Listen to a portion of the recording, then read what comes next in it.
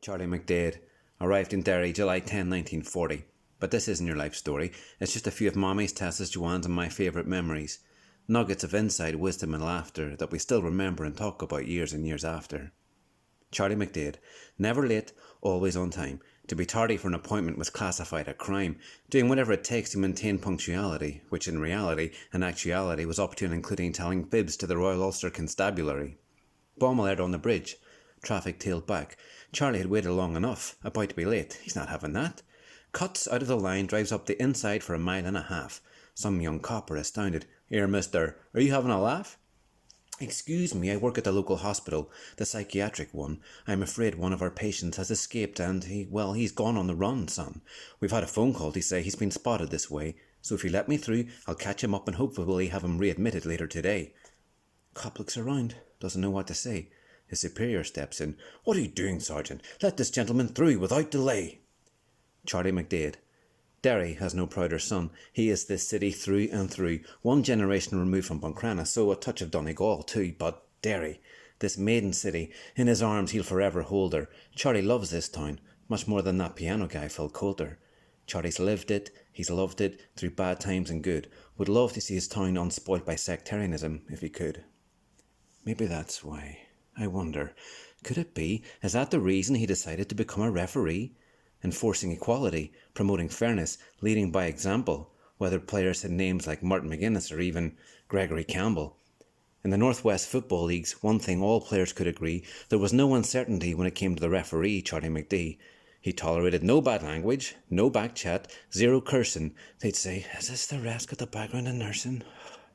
All players got a pre-match warning, every Saturday morning.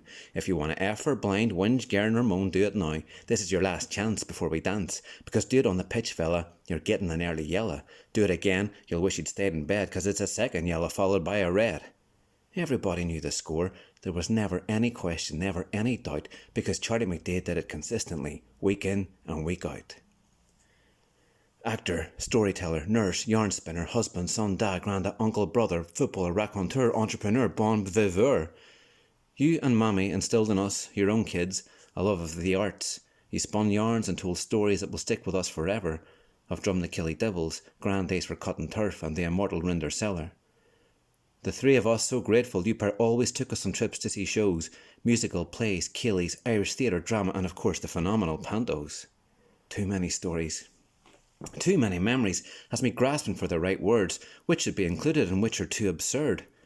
Come to think of it, there was a sixth member of our family, and Philomena's voice must be heard. Hundreds of Sunday lunches, with PH frequently in tow. After a starter at Custom House, I see her push her way her soup bowl. "You enjoyed your lunch, Philomena?" Overcompensating for her deafness, she shouts back, "No, son, this place is a dear hole." Back then for you, a pint of Smithwick's, maybe a Jack Daniels with no ice. But since then you've knocked the booze on the head. Today it's a cold bottle of non-alcoholic Erdinger instead. "I'm sorry, sir, we don't have that. We have Beck's Blue. Will that do?" I hate to be remiss, but have you ever tasted that stuff, love? Because it tastes like... Perhaps our favourite memories are the most mundane. The fact that everybody was welcome in our home and all were treated the same. "Hello, we're so glad you came. Charlie McDaid's my name. How do you do? Can I interest you in a bowl of stew?" And if our friends arrived in the dead of night, that too, yeah, that was all right. Because Ashgrove Park was a safe haven, welcome solace after a night of serious raving, with tea and toast and cosy armchairs or sofas to sleep in. That is, of course, if the spare bed was already taken.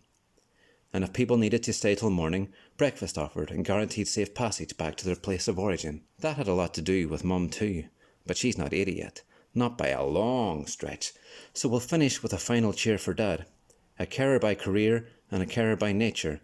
In the words of our much-missed Aunt Kathleen, ne'er was there a sounder, more generous, decent and civil a creature. And so say all of us. Happy birthday, Daddy.